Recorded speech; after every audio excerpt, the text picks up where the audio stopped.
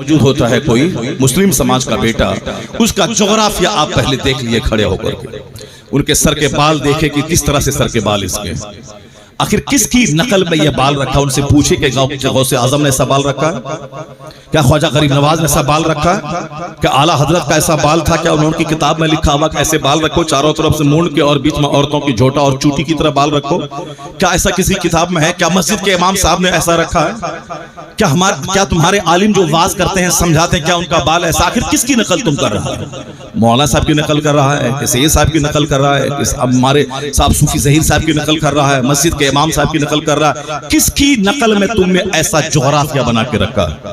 ذرا ہمارے بچوں کو دیکھیے، پہلے ہم لوگ چیختے چلاتے تھے کہ داڑھی رکھیے، داڑھی رکھنا سنت ہے، داڑھی رکھنے سے قوت مردان کی بڑھتی ہے، جس کے سر کے بال اڑ جائیں ٹکلا ہو جائے 90% وہ نامرد ہو جاتا ہے، چونکہ سر کے بال سے قوت مردانگی کا گہرا رشتہ رہتا ہے، اسی طرح داڑھی کے بال سے قوت مردانگی کا گہرا رشتہ ہے۔ ایک بہت بڑے طبیب نے کہا تھا کہ اگر 7 نسل تک لگاتار داڑھی مونڈتے رہیں تو 8ویں نسل ہجڑوں کی پیدا ہوگی، اس کا گہرا رشتہ قوت مردانگی سے ہے۔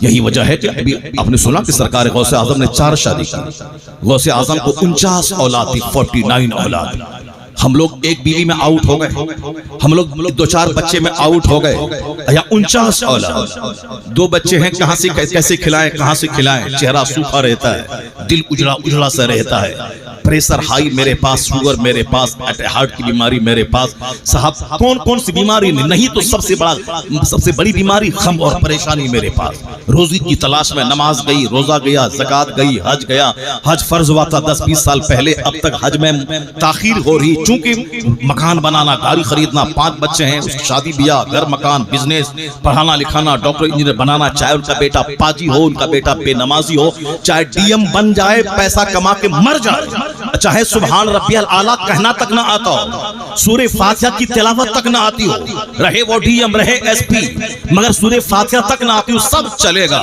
نماز روزہ کچھ نہ آئے سب چلے گا، مگر ڈی ایم بنے، ماسٹر بنے، داروغہ بنے، تاکہ نوکری کر کے 2 روٹی کمائے، 2 روٹی کما کے کھائے پیے، اور اس کے بعد پھر مر جائے، اب مرنے کے بعد وہاں جائے، اور جہاں خربوں سال اب موت ہی نہیں آئے گی، دنیا میں تو 100 سال کے اندر ہی مر جانا ہے، چاہے ڈی ایم بن کے مرے، چاہے چپراسی بن کے مرے، چاہے 70 سال کی عمر میں، چاہے 25 سال کی عمر میں، مرنا تو ہے، اور یہاں کا 100 سال 1 سیکنڈ، اور مرنے کے بعد جہاں گئے وہاں موت ہی نہیں ہے، وہاں خربوں سال، بے گنتی سال، سدا موت کو ذبح کر دی جائے گی، جو باغ میں ہے تو باغ میں ہے، جو آگ میں ہے تو آگ میں ہے، کبھی سوچا ہی نہیں کہ مرنے کے بعد بھی کوئی زندگی ہے کیا، یہ دنیا کی زندگی کے لیے 18 گھنٹے پڑھنا، وطن سے بے وطن ہونا، رات بھر فیکٹری کے دروازے پہ نوکری کرنا، دن بھر کھیت میں ہل جوت کے بارش میں بھیگ کر کے روپا کرنا، کھیتی باڑی کرنا، بزنس کرنا، وطن سے بے وطن ہونا، سعودی عرب میں جا کے اونٹ چرا کے پیسہ کما کے چھوٹا سا گھر بنا لینا، عمر ہو گئی 90 سال، پھر مر جانا، مرنے کے بعد کہاں جانا،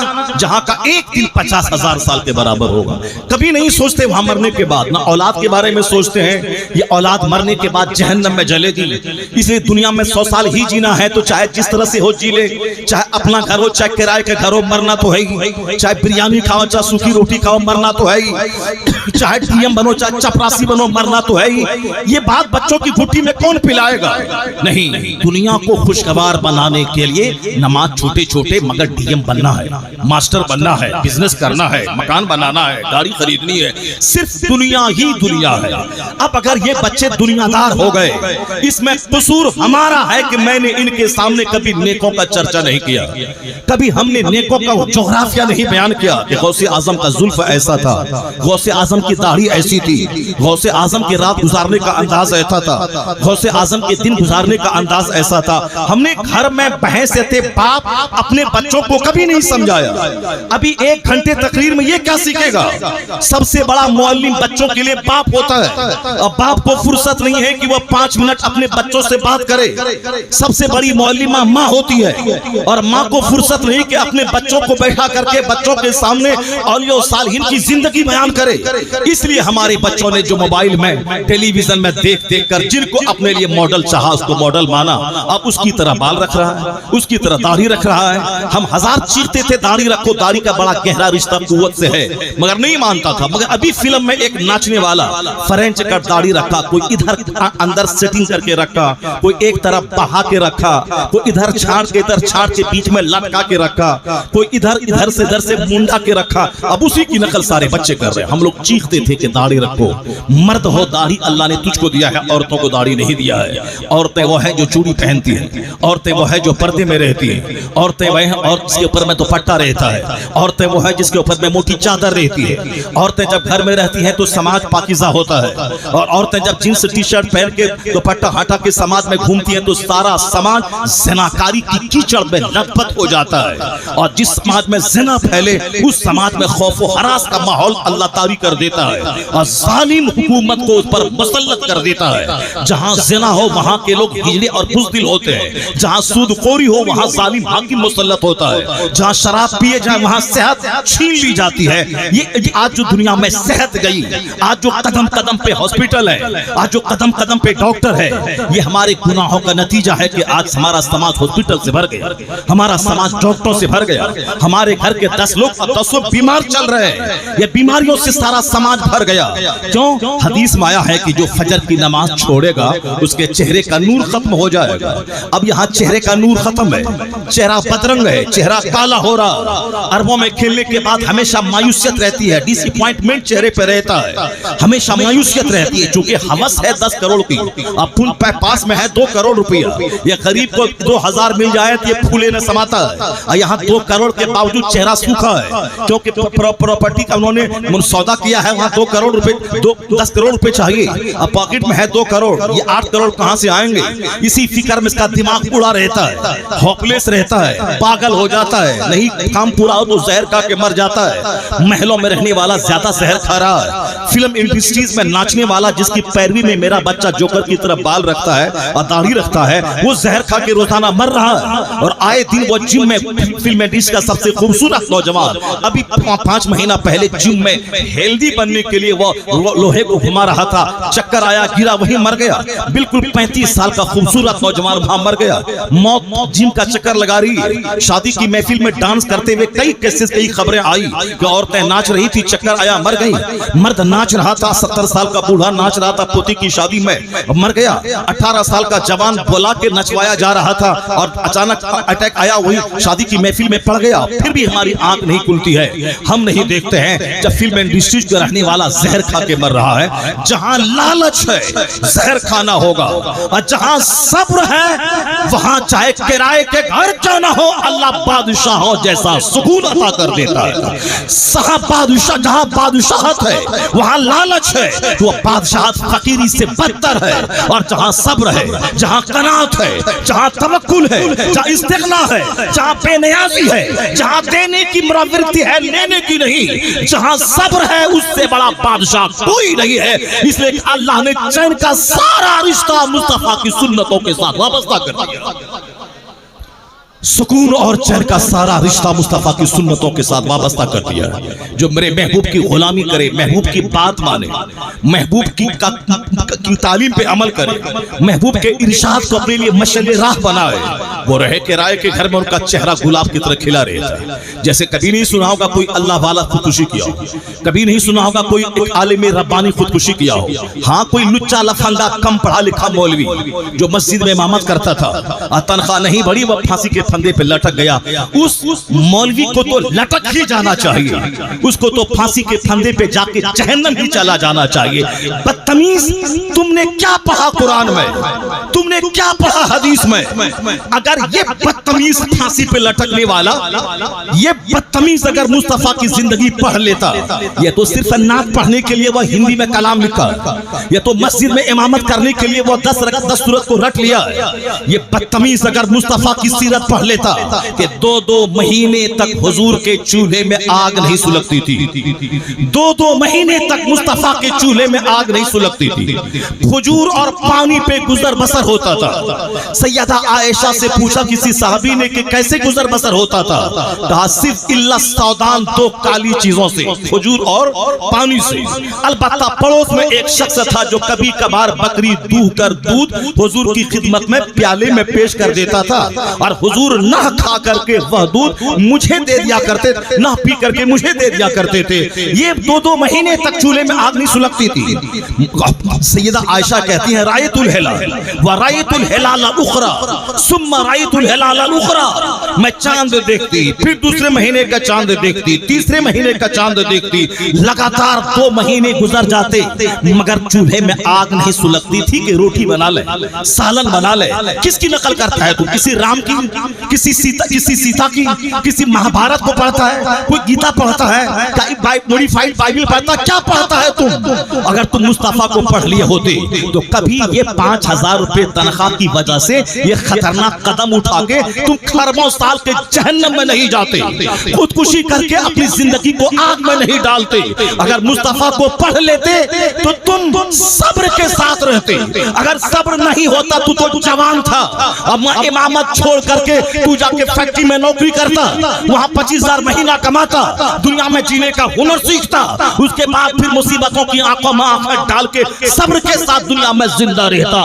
جو مصطفیٰ سے ہٹ کے جیے گا اسے تو زہر کھا کے مرنا ہی پڑے گا، اور جو مصطفیٰ کو پڑھ کے جیے گا وہ غریب رہے گا تو مسکراتا رہے گا، مالدار رہے گا تو مسکراتا رہے گا۔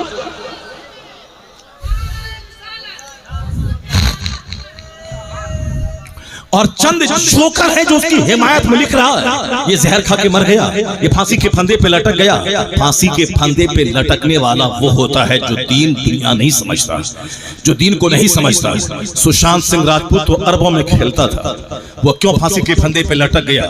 صرف غریبی سے جھنجلا کے بہت سارے لوگ ہیں جو مکتب میں کماتے ہیں 5000 روپے مہینہ، کہاں زہر کھا کے مر رہے ہیں؟ بہت سارے لوگ ہیں ہمارے جھالیدہ میں جو ٹھیلا اور ریڑی پہ سیب کے بیچ کر دن میں 300 روپے کما کے جیتے ہیں، کہاں وہ خودکشی کر رہے ہیں؟ بہت سارے لوگ ہیں سڑک کے کنارے، وہ سیب اور پھٹا ہوا سنترا بیچتے ہیں، 200 روپے کماتے ہیں، کہاں زہر کھا کے مرتے ہیں؟ بہت سارے ہمارے سماج کے مزدور ہیں جو 5 گھنٹے 8 گھنٹے اینٹ ٹھو کر نیچے سے 3 منزلہ مکان پہ اینٹ چڑھاتے ہیں پسینے میں شرابور ہو کے، وہ کہاں خودکشی کرتے ہیں؟ وہ کہاں زہر کھا کے مرتے ہیں؟ زہر کھا کے مرے گا وہ جو قرآن نہیں پڑھے گا، پھانسی کے پھندے پہ لٹکے گا وہ جو حضور کی حدیث نہیں پڑھے گا، پھانسی کے پھندے پہ لٹکے گا وہ جو سرکار کی سیرت سے روشنی حاصل نہیں کرے گا، جو پڑھ کے صرف دوسروں کو سنائے گا خود اپنا عمل نہیں کرے گا، اسے تو زہر کھا کے مرنا ہی پڑے گا۔ اس لیے میں تم سے کہتا ہوں کہ دین سیکھو، مصطفیٰ کو اپنا آئیڈیل مان لو، سرکار دو جہاں کی سنت کو سیکھ کے اپنے گھر میں سنتوں کا ماحول پیدا کر۔ اگر 5 دن کا فاقہ بھی ہوگا تو تیرے گھر میں اگر اہل بیت کی محبت ہے تو سیدہ فاطمہ 3 دن سے بھوکی ہیں، مولا علی 3 دن سے بھوکے ہیں، ان کی کنیز فضہ 3 دن سے بھوکی ہیں، 3 دن کا روزہ ہے۔ یہودی کے ہاں سے آٹا قرض لا کے روٹی بنائی گئی ہے، افطار کے ٹائم میں ایک مسکین آ گیا، روٹی اٹھا کے دے دی گئی، پانی پی کے دوسرا روزہ چالو ہے۔ دوسرے دن روٹی بنی، ایک قیدی آ گیا، روٹی اٹھا کے دے دی گئی، پھر پانی پی کے تیسرا روزہ چالو ہے۔ اور تیسرے دن روٹی تیار ہوئی تو ایک یتیم آ گیا، تو تینوں دن یتیم، مسکین اور قیدی کو روٹی دے دی گئی۔ اور یہاں فاقے میں ذرا شکوہ تک نہیں ہے، اور ان کا فرمان کیا ہے؟ میں تمہیں جو کھلا رہا ہوں اللہ کی محبت میں کھلا رہا ہوں، لفظ تھینکس بھی میں تم سے سننا نہیں چاہتا کہ تم لفظ شکریہ کہے، نہیں، میں اللہ رب العزت سے اس کا بدلہ مانگتا ہوں۔ تو اللہ نے جبرائیل امین کو بھیج کے مصطفیٰ کے گھر والوں کی تعریف کی، وَيُطْعِمُونَ الطَّعَامَ عَلَىٰ حُبِّهِ يَتِيمًا وَمِسْكِينًا وَأَسِيرًا، اور کھلانے کے بعد کہتے ہیں إِنَّمَا نُطْعِمُكُمْ لِوَجْهِ اللَّهِ لَا نُرِيدُ مِنْكُمْ جَزَاءً وَلَا شُكُورًا، ہم اس کا کوئی بدلہ اور لفظ شکریہ بھی تجھ سے سننا نہیں چاہتے، ہم نے جو بھوکا رہ کے کھلایا ہے وہ صرف اللہ سے بدلہ مانگنے کے لیے میں نے کھلایا ہے، اس کا سارا اجر اللہ سے میں چاہ رہا ہوں، اللہ سے میں چاہ رہی ہوں۔ سیدہ فاطمہ کے قول کو نقل کیا دیا گیا یہ 3 دن کا فاقہ ہے، مگر اللہ کی رضا پہ راضی ہے وہ لوگ جس کے صبر کی دھوم آسمان پہ مچی ہے۔ جناب جبرائیل امین سورہ طہر کی آیت میں نازل ہو گئے، تو جہاں صبر ہے، جہاں توکل ہے، جہاں قناعت ہے، اسی کا چرچا آسمانوں میں ہے، اسی کا چرچا فرشتوں کی جھرمٹ میں ہے، وہی دوسروں کے لیے آئیڈیل بن جاتا ہے۔ اور جہاں لالچ ہے، جہاں بے صبری ہے، جہاں مزید ہوس ہے، وہاں تو زہر کھا کے مرنا پڑے گا۔ پتا چلا جب فلم انڈسٹریز میں اربوں کمانے والا زہر کھا رہا اور یہاں 200 کمانے والا مست 5 وقت نماز پڑھنے کے بعد اسی 200 میں راضی رہ رہا ہے، تو پتا چلا کہ پیسہ مسئلے کا حل نہیں ہے، مسئلے کا حل مصطفیٰ کی سنت، مصطفیٰ کی سیرت، مصطفیٰ کا طریقہ ہے جو حضور کو سامنے رکھے گا، یہاں بھی مسکرائے گا، مرے گا تو مصطفیٰ کی شفاعت سے جنت الفردوس کا حقدار ہو جائے گا۔ یہ سارے پرابلمز اس لیے ہیں کہ ہم حضور کو پڑھنا ہی نہیں چاہتے، حضور سے ہٹ کے جیتے ہیں، اس لیے خودکشی ہے، اس لیے لفاظی ہے، اس لیے بکواس ہے، اس لیے سماج میں گالی گلوچ ہے، اس لیے طلاق ہے، اس لیے تکرار ہے، اس لیے گھر اجڑ رہا ہے، ہمارے بچے اجڑ رہے ہیں، کافروں کا حوصلہ بلند ہو رہا ہے، وہ مجھے مارنے، وہ مجھے ڈرانے، مجھے صف ہستی سے مٹانے کی دھمکیاں دے رہا ہے، اور ہم بزدل بن کر ان کی ساری دھمکیوں کو سن رہے ہیں، اور پھر اپنے ہی مذہب کے بارے میں احساس کمتری کے شکار ہو رہے ہیں کہ میرے مذہب کا مستقبل کیسا ہے، پتہ نہیں آنے والا دن میرا کیسا ہوگا۔ یہ لڑکا کہاں جا رہا، کہاں بھاگ رہا؟ دیکھیے زمزم بھائی کی نعت کے ٹائم میں نعرہ لگا رہا تھا، اس کی ٹوپی دیکھیں کس قدر ٹوپی، اس کی ٹوپی لال ہے اور اس کے سر پہ جو ہے نقش نالین لگا ہوا ہے، اور یہ زمزم بھائی کے ٹائم اگر یہ بھاگ گیا ہوتا تو چلو بھائی بات سمجھ میں آتی کہ چلو ناز شریف سمجھ میں آ رہا، ناز شریف یہ سمجھتا ہے جلدی سے بیان شروع ہو اور ہم جا رہے، پوری ناز سنتا رہا، اور قرآن حدیث کی بات ہو رہی ہے، حضور کی سیرت بیان کر رہے ہیں، جینے کا سلیقہ بتا رہے ہیں، تو اب یہ محفل سے اٹھ کے بھاگ رہا ہے۔ یہ ہم نے اپنے بچوں کو سکھایا ہے، یہی مزاج ہم نے لوگوں کو دیا ہے، جلسہ کو اس لیے اٹھ گیا ہوگا، اس ہم بدگمانی نہیں کر رہے ہیں، اگر کسی وجہ سے اٹھ گیا تو ٹھیک ہے، ورنہ نہیں تو عام طور پر جو بچوں کا نیچر ہے وہ تقریر میں کامیڈی سننا چاہتا ہے، وہ تقریر میں لطیفہ سننا چاہتا ہے، وہ تقریر میں بغیر سر پر کے لچھے دار جملے سننا چاہتا ہے، تاکہ صاحب بولیں بولیں بولیں پٹاک سے پٹک کر کے نعرہ لگوا دیں، جو ہمارے لوگوں نے ماحول بنا دیا، پٹک کے نعرہ لگوانے کا جو ماحول بنا دیا ہے، سلیقے سے قرآن حدیث اور سیرت کی بات ہی کوئی نہیں سننا چاہتے، اسی لیے اسی ماحول کا اثر ہے کہ من نہیں لگتا، تو اگر من نہیں لگے گا تو سن لو آنے والے دن میں کوئی تقریر نہیں کرے گا، اس اسٹیج پر شیخ چلی آئے گا، اور جس طرح سے آنا شروع ہو گیا ہے رامپور، مراد آباد، پیلی بھیت علاقے میں عرس کی تقریب میں شیخ چلی کو لوگ بلا رہے ہیں، وہ شیخ چلی پوری ٹیم کے ساتھ 5 لاکھ 6 لاکھ روپے لوگ دیتے ہیں اس کو، اور اس کو 5 اسٹار ہوٹل میں رکھتے ہیں، ہم جیسے مولویوں کو تو جہاں تہاں لوگ رکھواتے ہیں، آپ بسکٹ اور دال موٹ کھلاتے ہیں، اور ان شیخ چلی کو آدمی 5 اسٹار ہوٹل میں رکھتا ہے، اور لگزری کار، قیمتی کار میں اس کو لاتا ہے، اور اس کو 5 لاکھ روپے جو فیس اس کی وہ دیتا ہے، اور دورانے لطیفہ جو لاکھوں روپے اس پر چھوٹ کی شکل میں آتے وہ سب لے کے سمیٹ کے 10 لاکھ پہ جاتا ہے۔ کیا بولا وہ؟ صرف لطیفہ اتنا ہنسایا کہ ہنس ہنس کے پیٹ میں درد ہونے لگا سارے لوگ۔ یہ اس کے ذمہ دار ہم ہیں، جب ہم تقریر میں قرآن حدیث نہیں سنا کر کے لطیفہ سنائیں گے تو کمیٹی والا تو بولے گا تم سے اچھا لطیفہ تو شیخ چلی سنا رہا، تم سے اچھا لطیفہ شیخ چلی سناتا ہے، اس کو ہی کیوں نہیں بولا ہے؟ جب تم بھی لطیفہ ہی بولتا ہے، تم بھی لطیفہ ہی سناتا ہے، تو کیوں نہیں بہتر ہے کہ شیخ چلی کو بلا لے؟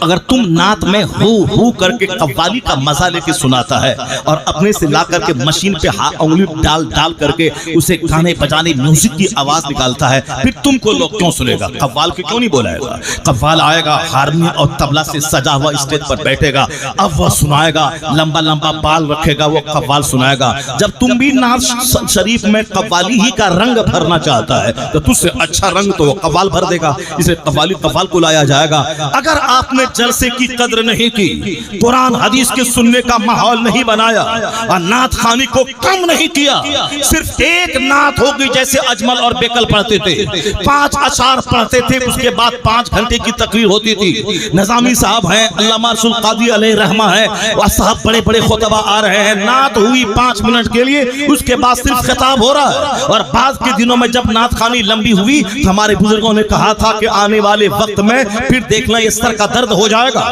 بزرگوں نے کہا تھا اور واقعی آج سر کا درد ہو گیا. آج تقریر کوئی سنا نہیں چاہتا ہے سوائے نعت خوانی کے. اس لیے محفل کو اگر بچانا ہے شیخ چلی سے, اور محفل کو بچانا ہے کامیڈین سے, محفل کو بچانا ہے قوالوں سے, تو عالموں کی قدر کرنی ہوگی, تقریر کو سننا ہوگا, اور تقریر میں کہانی قصہ کامیڈی کو ہٹا کر صرف قرآن پڑھنا ہوگا. اللہ بڑا ہے تو اللہ کی بات بھی سب سے بڑی ہے. جو حوصلہ اللہ کی بات سے مل سکتا ہے وہ غیر خدا کی بات سے مل ہی نہیں سکتا. یہ قصور ہمارا ہے کہ میں مطالعہ نہیں کرتا, اس لیے میں کامیڈی کا سہارا لیتا ہوں, میں کہانی کا سہارا لیتا ہوں. اگر تم خطیب ہو تو قرآن پڑھو, قرآن پڑھ کے لوگوں کو بتاؤ, لوگوں کو حوصلہ دو, حضور کی حدیث پڑھ کے بتاؤ کہ حضور نے کیا کہا ہے. پھر اس کے بعد تب خطابت کا حق ادا ہوگا. قصہ کہانی اور کامیڈی سے نہیں ہوگا. ہاں ہاں ہاں ہاں کرنے سے کام نہیں چلے گا, ایکٹنگ کرنے سے کام نہیں چلے گا, لباس بدلنے سے کام نہیں چلے گا. قرآن پڑھ کے سنا, حضور کی حدیث سنا, سرکار کی سیرت سنا, اور محفل 1 گھنٹے کی ہو مگر پوری مذہبی محفل ہو, نہ کہ اس میں دنیا اس میں مکس ہو جائے. اگر ایسا ہوا تو یہاں سے نوجوان اٹھیں گے تو مسجد کی بربادی کا رونا نہیں, مسجد کی آبادی کا منظر دیکھنے کو مل جائے گا. اللہ تبارک و تعالی ہم سبوں کو دین سننے, دین سیکھنے اور دینی محفلوں کی قدر کی توفیق عطا فرمائے. میں نے بات وہاں سے اٹھائی تھی, واز سے دل زندہ ہوتا ہے, تقریر سے آدمی کا خیال بدلتا ہے, آدمی زندگی میں یو ٹرن لیتا ہے. کیسے لیتا ہے؟ ایک مثال میں دیتا ہوں آپ کو کہ گفتگو کیسے آدمی کی تقدیر بدل دیتی ہے, گفتگو آدمی کے کیسے سوچ بدل دیتی ہے, گفتگو کا کیا اثر ہوتا ہے. اگر آپ کی توجہ اگر میری طرف ہے تو آپ غور سے سنیے اس کو. گفتگو ہی تو تھی. ایک شخص نے حضرت بلال کو کہا, یا ابن السودا, ایک کالی عورت کا بیٹا, قالین کا بیٹا آدمی ہے, آدمی کی زبان سے بات نکل گئی, زبان پھسل گئی, زبان سے کہہ دیا ایک کالی عورت کا بیٹا. انہوں نے نہیں ہاتھ اٹھایا کہ تم نے ہم کو کیوں کہا قالین کا بیٹا, تم نے میری ماں لگا کہ مجھ کو کیوں کہا مار دیں گے کاٹ دیں گے. نہیں, مارنے کاٹنے کی بات وہ کرتا ہے جن کے پاس عقل نہیں ہوتی ہے. یہ مار کاٹ صرف جہاد کے لیے, جب مسجد کی آبرو خطرے میں پڑ جائے, جب ہمارا مسلمان بنا رہنا مشکل ہو جائے, اس وقت صرف دعا سے کام نہیں چلے گا, اس وقت دماغ میں جہاد کا جنون چڑھانا ہوگا. مرنا تو ہے ہی, چاہے بزدل بن کے کیوں مرے, ہاسپٹل میں ایڑی رگڑ کے کیوں مرے, کیوں دوسروں کے سامنے کھگیا کے مرے, موت مرے وہ 2-4-10 مشرکین کو جہنم پہنچا دے, پھر شہادت کی موت مرے, پھر شہادت کی موت مرے. یہ ہے وہ ہے جہاد. جہاد کب ہے؟ جب میرا نماز پڑھنا مشکل ہو جائے.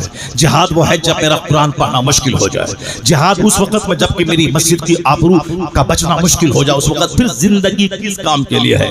یا زندگی ایسے تھوڑی کسی لڑکی کے لیے جیا جائے, یا دل اسی لیے ہے کہ کسی چوڑا چمار کو دیا جائے, یا دل اسی لیے ہے کہ لیو ان میں رہا جائے, یا دل اسی لیے ہے کہ کسی ڈومنی کی بیٹی کو دے دیا جائے, یا دل اسی لیے ہے کہ کسی چمار کی بیٹی کو دے دیا جائے. جو لوگ موبائل چلا رہی ہیں, ہماری بیٹیاں موبائل چلا رہے ہیں, کہ جو بھی اس میں نظر آیا, چاہے وہ چمار ہو, چاہے یوزڈ ہو, چاہے اس کا 5 حمل گر چکا ہو, نہیں, یہ میرے لیے ہے, میں اس کے لیے پیدا ہوا ہوں, یہ میرے لیے پیدا ہوئی ہے. یہ تماشا ہے, اور وہ بھی دن رات نہیں, ابا امو ہم کو اسی سے شادی کرا دیے, چمار ہے, چوڑا ہے, ڈوم ہے, دھریجن ہے, دلت ہے, کچھ بھی ہے, سور چرانے والا ہے, مگر ہم شادی اسی سے کریں گے. یہ تماشا ہے اس موبائل کا, کہ دل اس کو چمار کو دے دیے. یہ ہمارے بچے ہیں جس کو ڈی ایم بننے بھیجا تھا, وہ کسی لڑکی سے عشق میں گرفتار ہو کے لڑکی کو لے کے گھر چلا آیا.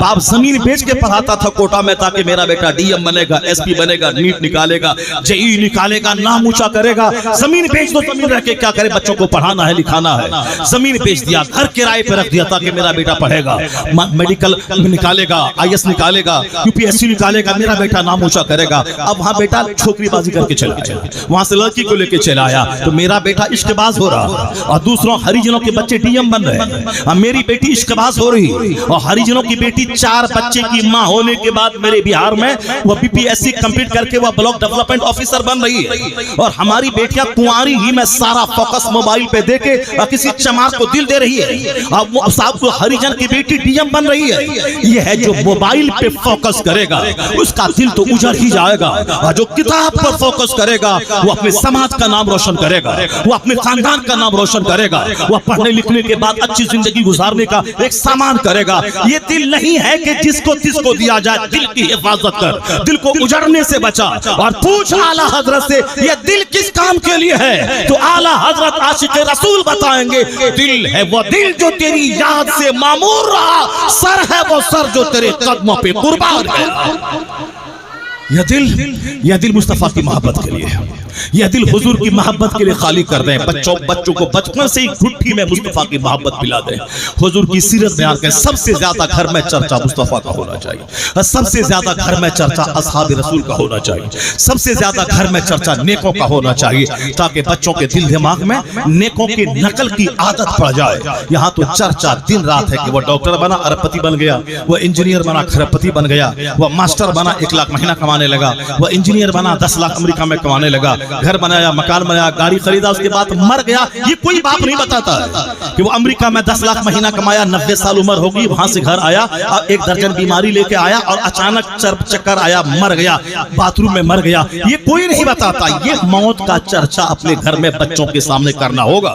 اس لیے کرنا ہوگا کہ تاکہ دنیا کی محبت گھٹے اور آخرت کی محبت بڑھے, دنیا کی لگزریس لائف کا شوق ختم ہو اور جنت پانے کی طلب پیدا ہو جائے.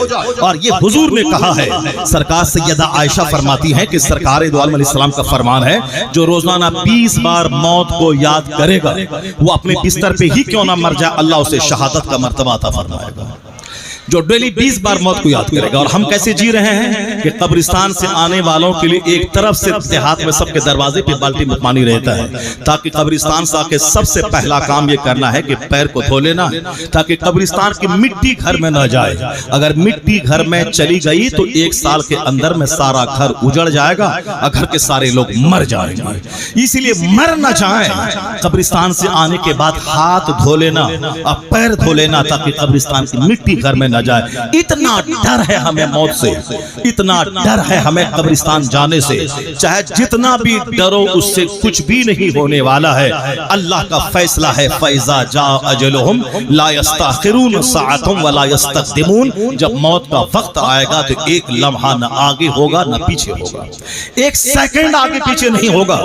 یہ منہ میں مٹھو بنتے رہو کہ ایم سے لے کے جاتے تو بچ جاتا, پی ایم سی ایچ لے کے جاتے تو بچ جاتا, ریم سے لے کے جاتے تو بچ جاتا. یہ سب شیطانی دھوکہ ہے. حضور کہتے ہیں فَلَا تَقُلْ لَوْ فَإِنَّ لَوْ تَفْتَحُ عَمَلَ الشَّيْطَانِ. یہ حدیث میں آیا ہے کہ ان کیس, اگر, جس کو عربی میں کہتے ہیں لو, لام وازور لو, لو کا معنی ہوتا ہے ان کیس, اگر, کاش. حضور کہتے ہیں کہ یہ مت بولا کر کہ اگر ہم لے کے جاتے تو وہاں بچ گیا ہوتا. بے شمار لوگ انڈیا کے ہیں جو علاج کرانے امریکہ جاتے ہیں اور وہاں سے شفایاب ہو کے بہت کم لوگ آتے ہیں, ڈیڈ بوڈی لے کے آتے ہیں. اگر شفا امریکہ میں رہتی تو ڈیڈ بوڈی نہیں آتی. اگر شفا دلی کے ایمس میں رہتی تو دلی سے ایمس سے روزانہ 200 لاشیں نہیں نکلتی. اگر شفا ریمس اور ایمس میں رہتی تو وہاں سے ڈیڈ بوڈی روزانہ 10 20 50 کی تعداد میں نہیں نکلتی. پتا چلا کہ ایک تدبیر ہے, علاج کرانا ہے, علاج کرانا ہے, ڈاکٹر کے پاس جانا ہے. باقی وشواس اللہ کی ذات پہ رکھنا ہے کہ جو خدا چاہے گا وہی ہوگا. اور جب بچہ مر جائے, باپ مر جائے, یہ نہ بولے کہ وہاں جاتے تو بچ جاتا. یہ نہیں بولے یہی بندوں کے چاہنے سے کیا ہوتا ہے, وہی ہوتا ہے جو منظور خدا ہوتا ہے. جو اللہ نے چاہا وہی ہوا. اگر لو ان کیس اگر بولے گا تو حضور کیا کہتے ہیں تفتح عمل الشیطان, شیطانی سوچ کا دروازہ کھلتا ہے وہاں سے.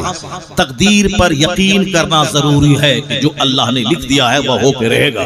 اور ان کیس والا جملہ اس تقدیر پر ایمان کو کمزور کر دیتا ہے. اس لیے بلائنڈلی آنکھ بند کر کے ماننا پڑے گا جو اللہ نے لکھ دیا وہ ہو کے رہا. ہر پیدا ہونے والے کو مر ہی جانا. یہ بات اپنے بچوں کو بتانا پڑے گا, اپنی بیوی کو بتانا پڑے گا, اور اپنے گھر میں ڈیلی 20 بار موت کو یاد کرنا پڑے گا. اور جو 20 بار ڈیلی دعا کرے ہر نماز کے بعد, اگر 4 بار ہی وہ بولے گا اللہم بارک لی فی موتی, اے اللہ میری موت میں برکت عطا فرما, وفی ما بعد الموت, اگر یہ دعا کرے 5 بار ہر نماز کے بعد, تو 5 نماز میں اگر ہر نماز کے بعد 4 بار بولے تو 20 بار ہو جائے گا. اور حدیث کی روشنی میں جو 20 بار روزانہ موت کو یاد کرے گا وہ اپنے گھر ہی میں کیوں نہ مر جائے چاہے اللہ شہادت کا مرتبہ عطا فرما دے گا.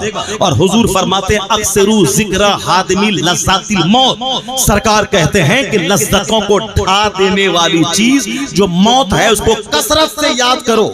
قرآن شریف میں کثرت سے موت کا چرچہ آیا ہے، مگر یہاں ہاتھ بھی دھو کے مٹی جھاڑتے ہیں تاکہ قبرستان کی مٹی گھر نہ پہنچے، اور دروازے پہ بالٹی میں پانی ہے، پاؤں دھو تاکہ قبرستان کی مٹی گھر میں نہ پہنچے. اگر بول دیا کہ اگر میں مر گئی تو میری امی تم رونا مت، تو پھر قیامت اس سر پہ اٹھا لیتی ہے ماں کہ تم یہ جملہ بولا کیسے، تم منہ سے موت نکالا کیسے. مت نکالو، موت کی بات نہیں بولنا ورنہ مر جاؤ گے. یہ ہے جاہل ماں، یہ ہے یہ جاہل باپ، انہی جاہل ماں باپ کی صحبت میں رہنے والے جاہل بچے جو صاحب زندگی کی تمنا رکھ رہے ہیں. اب موت کا چرچہ نہیں کرتے کہ شام کے وقت میں موت آئے گی. آج دوسرے کا اعلان ہوا عبد الصمد بھائی نہیں رہے، کل فجر کے بعد اس کے جنازے کی نماز ہوگی. یہ نہیں سمجھا کہ کل ہو سکتا ہے کہ میرے نام کا اعلان ہو جائے کہ کل فلاں صاحب نہیں رہے اور ظہر کے بعد ان کے جنازے کی نماز پڑھی جائے گی. روزانہ 5 ٹائم اذان اب کم ہو رہی ہے اور اذان ہوتی ہے 5 ٹائم اور جنازے کا اعلان 10 بار ہو رہا ہے. اس کے باوجود بھی دل نہیں کانپ جاتا کہ کل میرا اعلان ہوگا. نہیں، اسلام نے اس بات پہ زور دیا ہے کہ دنیا سے زیادہ آخرت سے محبت کر. یہی وجہ ہے کہ قرآن میں 114 سورتوں میں سب سے زیادہ آخرت کا چرچہ ہے، سب سے زیادہ موت کا چرچہ ہے. ہم پڑھتے نہیں، بتاتے نہیں ہیں. سورہ زلزال پڑھ کے دیکھیے، اذا زلزلت الارض زلزالها واخرجت الارض اثقالها وقال الانسان ما لها يومئذ تحدث اخبارها بان ربك اوحى لها يومئذ يصدر الناس اشتاتا ليروا اعمالهم فمن يعمل مثقال ذرة خيرا يره ومن يعمل مثقال ذرة شرا يره. اس سورت کا نام سورہ زلزال ہے. اس کی فضیلت حدیث میں آئی ہے کہ جو ایک بار پڑھ لے اسے آدھا قرآن پڑھنے کا ثواب مل جاتا ہے، نصف قرآن کا. اور نماز کے اندر میں اس سورت کو کثرت سے پڑھیے. اگر سورہ عادیات کے بارے میں آیا ہے جو اس کے بعد کی دوسری سورت ہے، جو اس کو ایک بار پڑھ لے آدھا قرآن کا ثواب ملتا ہے. اگر آپ نے ظہر کی نماز میں پہلی دونوں رکعت میں زلزال اور عادیات پڑھ لیا تو نماز تو ہو ہی گئی، فرض ادا ہو ہی گیا، ایک ختم قرآن کا ثواب بھی مل گیا.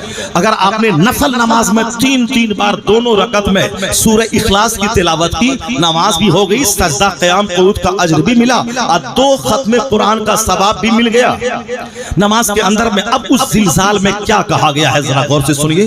جب یہ زمین ہلا دی جائے گی، یعنی جب آخرت کا زلزلہ، قیامت کا زلزلہ آئے گا اور یہ زمین اپنے سارے بوجھ کو نکال کے پھینک دے گی، پھر اس کے بعد کیا ہوگا؟ جب لوگ صف در صف میدان محشر کی طرف حساب کے لیے بلائے جائیں گے، اس کے بعد کیا ہوگا؟ جس کو جہاں تک کہ برائی اگر نیکی کی ہوگی دنیا میں تو وہاں دیکھے گا بندہ، اور دنیا میں رائی کے برابر کوئی گناہ کیا ہوگا تو بندہ وہاں دیکھے گا. تو اس سورت کی سب آیتوں میں قیامت کے زلزلے کا ذکر ہے. زمین پھٹے گی، قبر میں جتنے لوگ دفن ہوں گے قیامت تک اس کے نکلنے کا چرچا ہے. سب صفیں باندھ کر اپنے اعمال کو دیکھنے کے لیے وہ جائیں گے، اور پھر رائی کے برابر کوئی نیکی کی ہوگی تو وہاں دیکھے گا. اس صورت میں صرف آخرت کا چرچا ہے، لیکن ہم نے کبھی آخرت کو اپنے گھر میں کبھی ایشو نہیں بنایا. غوث اعظم کا چرچا کیا بھی تو کیا کیا؟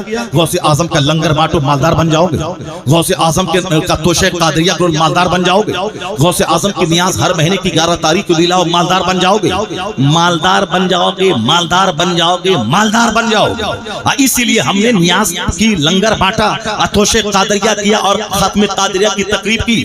جنت جانے کے لیے نہیں، سنتوں پہ عمل کے لیے نہیں، گھر کے سارے بچوں کا مزاج مذہبی بن جائے نہیں، صرف یہ لنگر چلاؤ پیسہ بڑھ جائے گا، ختم قادریہ کرو مال بڑھ جائے گا. یہ ساری بولی مال مال مال مال، یہ بولی تو کافر یہ بولتا ہے کہ ہم جگناتھ پوری گئے تو ہمارا یہ محل بن گیا، ہم کاشی وشوناتھ بنارس گئے تو وہاں آئے یہ فیکٹری بن گئی، ہم گورکھ دھام گئے، گورکھپور گئے، وہاں سے آئے یہ میرا بیٹا پیدا ہو گیا. وہی بولی تو بولے گا جو بولی کافر بولتا ہے کہ بیٹا ملے گا، بیٹی ملے گی، مال ملے گا، مکان ملے گا، زمین ملے گی، دکان ملے گی. یہی بولی بولے گا، یہی بولی سرکار غوث اعظم کا اس لیے نام ہے. غوث اعظم تو اس ولی کا نام ہے جس نے 40 سکے سونے کے ڈکیتوں کے سامنے اٹھا کے پھینک دیے. اور جب ڈکیتوں نے بولا کہ تم اگر کہہ دیتے کہ میرے پاس نہیں ہے، ایسی خفیہ جگہ یہ مال تھا کہ ہم ڈھونڈنے کے باوجود بھی نکال نہیں پاتے، تو تم نے کیوں ظاہر کر دیا کہ جب میں نے پوچھا مال ہے تو تم نے کیوں نہیں بولے کہ میرے پاس مال نہیں ہے؟ میں تو تلاش کے باوجود نہیں نکال پاتا، ایسی پوشیدہ جگہوں پہ مال تھا. غوث اعظم کے تیور نے کیا بتایا؟ 40 سکے کی حیثیت کیا ہے. 40 پہاڑ بھی کوئی گولڈ کا مجھ کو دے اور کہے کہ عبد القادر جھوٹ بول یہ پہاڑ مل جائے گا. غوث اعظم کے تیور نے سمجھایا کہ میں اس سونے کے پہاڑ پہ تھوک دوں گا مگر زبان کو جھوٹ سے آلودہ نہیں کروں گا. یہ ہے سرکار غوث اعظم کا کریکٹر. تم بولتا ختم قادریہ کرو مال بڑھ جائے گا, لنگر بانٹو اور دولت بڑھ جائے گی. یعنی دولت مال, جس دولت کو غوث اعظم نے طلاق دے دی, جس دولت کو مولا علی نے طلاق دے دیا, اسی دولت کے بارے میں تم غوث اعظم کا نام لے رہا ہے, اس کے فاتحے سے دولت کو جوڑ رہا ہے, اس کے لنگر سے دولت کو جوڑ رہا ہے. یہ اور بات ہے کہ دولت بڑھ جائے, وہ الگ بات ہے, مگر نیت یہ مت رکھ کے لنگر بانٹیں گے تو دولت بڑھ جائے گی. اگر دولت بڑھے گی پھر وہی حال ہوگا کہ دولت کی محبت میں دل لوٹ جائے گا, دولت کی محبت میں گھمنڈ پیدا ہوگا, دولت کی محبت میں نماز چھوٹ جائے گا, دولت کی محبت میں آخرت کا چرچا ختم ہو جائے گا. چونکہ جہاں زیادہ مال ہوتا ہے وہاں زیادہ جینے کی تمنا ہوتی ہے, اور جہاں مال ہی نہیں ہے تو کیا جینے کی تمنا ہوگی, وہاں موت کا ذکر زیادہ ہوتا ہے. اس لیے اللہ کے ولیوں کی خانقاہوں میں موت کا چرچا ہوتا ہے. حضرت ابو عبداللہ سلیمان جزولی رحمۃ اللہ علیہ جو دلائل الخیرات شریف کے مؤلف ہیں, جب ان مدرسے میں ان کا کمرہ خاص تھا, ان کے والد کو پاس شکایت پہنچی کہ دوسرے کمرے میں نہیں رہتا ہے, ایک ٹوٹا سا حجرہ انہوں نے اپنے کمرے میں یا کسی کو کمرے میں جانے نہیں دیتا ہے. ان کا باپ پریشان ہوگا کہ میرا بیٹا آخر اس بند کمرے میں کرتا کیا ہے. وہ پریشان ہو کے ایک بار گیا مدرسے میں, ذمہ دار سے بات کی اور اپنے بیٹے کے حجرے میں گیا. کون؟ دلائل الخیرات شریف, قرآن شریف کی تلاوت کے بعد سب سے زیادہ وظیفے کے طور پر جس کتاب کی تلاوت امت مسلمہ میں ہوتی ہے بالخصوص صلحاء کے نزدیک, وہ ہے دلائل الخیرات شریف. اللہ کا ولی بنانے والی وہ کتاب ہے جس کتاب کو ترتیب دیا تھا سلیمان جزولی رحمۃ اللہ علیہ نے. ابو عبداللہ سلیمان جزولی وہ پڑھنے کے زمانے میں جہاں پڑھتے تھے وہ ایک کمرے میں گوشانشی رہتے تھے, صرف کتاب پہ نظر رہتی تھی, باقی دنیا سے کوئی مطلب نہیں تھا. جیسے حضور تاج الشریعہ گئے مصر پڑھنے کے لیے, 3 سال وہاں رہے, کوہ طور دیکھنے نہیں گیا, دریائے نیل دیکھنے نہیں گیا, یہاں تک کہ 3 سال جب بچے پڑھنے جاتے ہیں ازہر تو سب سے پہلے نیل دیکھنے جاتے ہیں, طور دیکھنے جاتے ہیں. بچہ اگر ہمارا آگرہ جائے, دلی جائے, سب سے پہلے تاج محل دیکھنے جاتے تھے بچے. کالج بعد میں دیکھیں گے, پہلے لال قلعہ دیکھ لیں. کالج بعد میں جائیں گے, پہلے قطب مینار دیکھ لیں. یونیورسٹی بعد میں جائیں گے, پہلے تاج محل دیکھ لیں. یہ عام بچوں کا مزاج ہوتا ہے, پڑھائی پہلے بعد میں ہوگی, پہلے ہم دریائے نیل دیکھ لیں. مگر یہ تاج الشریعہ تھے, 3 سال رہے, دریائے نیل کو نہیں دیکھا, صرف درسگاہ اور ہاسٹل اور صرف کتاب دیکھا. تب رزلٹ کیا نکلا؟ لاکھوں بچوں میں مقام ممتاز حاصل کر لیا, لاکھوں بچوں میں اسٹوڈ فاسٹ ہوئے, مقام امتیاز حاصل کیا. جو دیکھے گا محل اور جو دیکھے گا مینار تو اس کی انرجی مینار کی طرف انویسٹ ہوگی, جو دیکھے گا کتاب وہ اعلیٰ نمبروں سے کامیابی سے ہمکنار ہوتا رہے گا. یہ فوکس تھا ابو عبداللہ سلیمان جزولی کا, وہ صرف کتاب اور حجرے میں عبادت کے علاوہ کوئی دوسرا کام, صرف مطالعہ کرنا, عبادت کرنا اور بند کمرے میں رہنا. باپ کو جب شکایت ملی تو جب بیٹے کے کمرے میں داخل ہوا تو دیکھا کہ ان کے کمرے میں ہر دیوار میں صرف یہ لکھا ہوا ہے الموت الموت الموت الموت, آگے پیچھے دائیں بائیں. جب کمرے سے باہر نکلے تو کیا کہا؟ الحمدللہ میرا بیٹا اچھی حالت میں ہے, جسے دنیا نہیں جسے عقبا کی نعمت چاہیے. سبحان اللہ سبحان اللہ. یہ بزرگوں کا یہی حال ہوتا ہے, جب بچوں کو دیندار پاتے ہیں تو ان کا دل پاک پاک ہو جاتا ہے. اور ہم جیسے دنیا داروں کا حال یہ ہوتا ہے. اگر بچہ انجینئرنگ کی تیاری کرنے کوٹا گیا اور 5 نماز پڑھنے مسجد جا رہا ہے تو ماں بولتی ہے کہ نمازی بنے گا کہ انجینئر بنے گا, اب باپ بولتا ہے کہ نمازی بنے گا مولوی ملا کے چکر میں پڑھ کے, نمازی بنے گا کہ انجینئر بنے گا. مولوی کے چکر میں پڑھے گا تو پڑھائی تمہاری چوپٹ ہو جائے گی. انجینئر بننے گئے ہو, انجینئر بننا, نمازی بننے نہیں گئے ہو.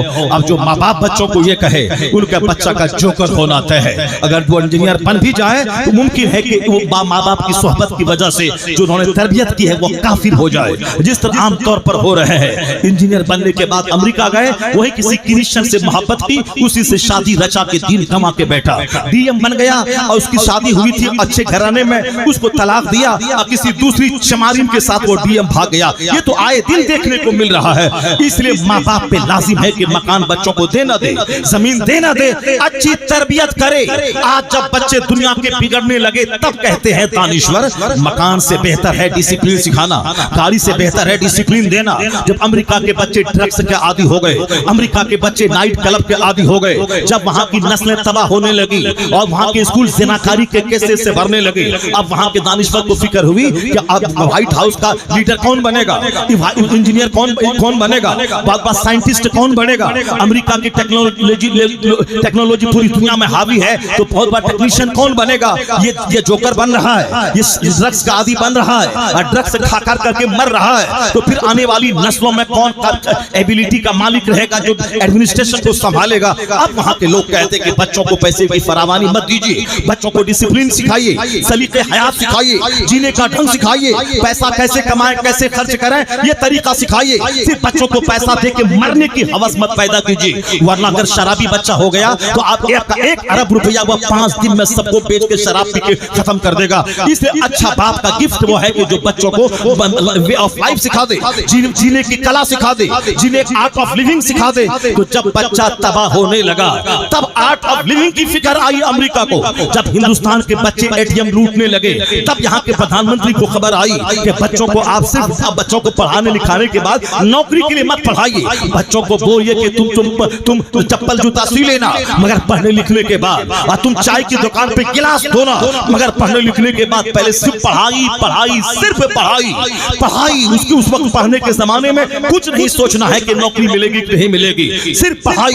یا ایک فوکس ہریجن کے گھر میں ہے، ایک گاؤں میں 10 ٹیچر ہیں، ایک گاؤں میں 10 انجینئر ہیں، اور یہ سوچ مسلم آبادی میں نہیں ہے جہاں 10 ہزار کی آبادی ہے ایک ہائی کلاس کا انجینئر نہیں ملتا جو بل گیٹس کے دفتر میں امریکہ میں کام کر کے 15 لاکھ مہینہ کماتا ہو، 10 ہزار کی آبادی میں کوئی ہائی کلاس کے اسکول کا ہیڈ ماسٹر نہیں ملتا، کالج کا پروفیسر نہیں ملتا، کوئی زبردست اسکالر انجینئر جو بنگلور میں رہ کے 10 لاکھ وہاں کا IT سیکٹر میں کمائے یہ نہیں ملتا۔